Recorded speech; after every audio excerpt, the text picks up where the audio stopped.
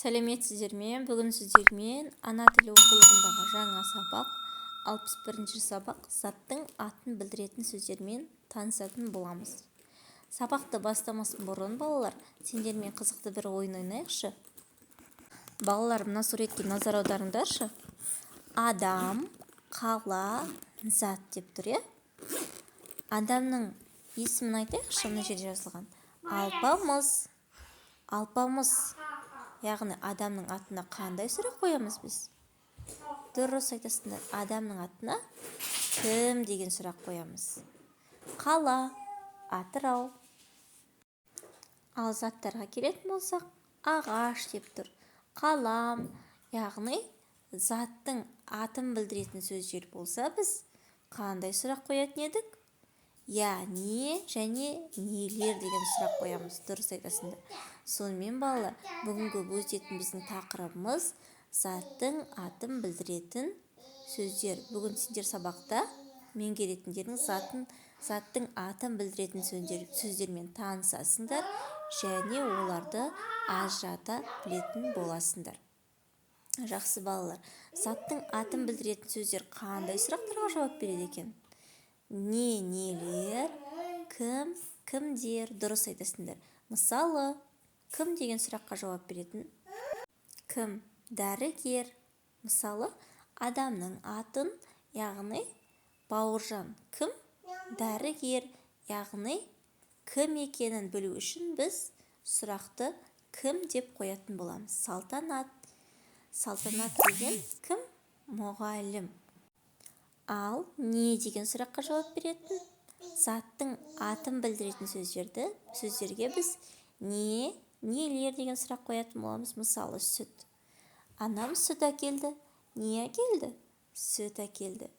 Үй. Не? Үй. Күшік. Не? Яғни жануарлардың атына да нелер деген сұрақ қоятын боламыз.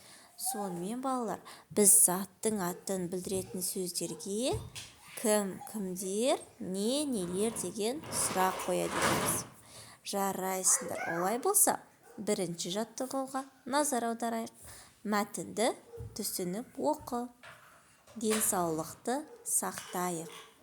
Кез келген адам өз денсаулығын күту керек. Ол үшін денесін шынықтыру қажет. Денені шынықтыруға жаттығулар жасау, жүгіру, суда жүзу жатады. Денсаулығы жақсы адам үнемі көңілді жүреді. Ойлау қабілеті артады. Денсаулықты сақтау үшін дұрыс тамақтанған жөн. Таза ауада көп жүрген абзал. Мәтін неліктен денсаулықты сақтайық деп аталған? Кез келген адам, балалар, өз денсаулығын күту керек. Ол үшін денесін шынықтыру қажет. Дені сау болу үшін адам не істеу керек екен? Жаттығулар жасап, күнделікті денсаулыққа пайдалы тамақтармен тамақтану керек. Адам, ауа сөздеріне сұрақ қояйықшы балалар. Адам деген сөзге қандай сұрақ қоямыз? Кім? Адамның кім екенін, яғни адамның атына, адамның кім екенін білу үшін біз кім деген сұрақты қоямыз. Ол мұғалім болсын, дәрігер болсын. Ал ауа сөзі жанды зат емес. Сондықтан ауаға не деген сұрақ қоямыз. Жарайсыңдар балалар. Олай болса, екінші жаттығуға назар аударайық. Заттың атын білдіретін сөздерге кім, кімдер, нелер сұрақтары қойылады. Осы ережені түртіп қоямыз. Міндетті түрде есте сақтап жаттап аламыз. Екінші жаттығу көркем жаз. Ішер кезде асты мен қолды жуып жүремін. Балалар, ас ішер кезде міндетті түрде қолымызды жуымыз керек. Өйткені қол жуу біздің денсаулығымызға өте маңызды. Жеміс жейтін болсақ та жуып жеуіміз керек.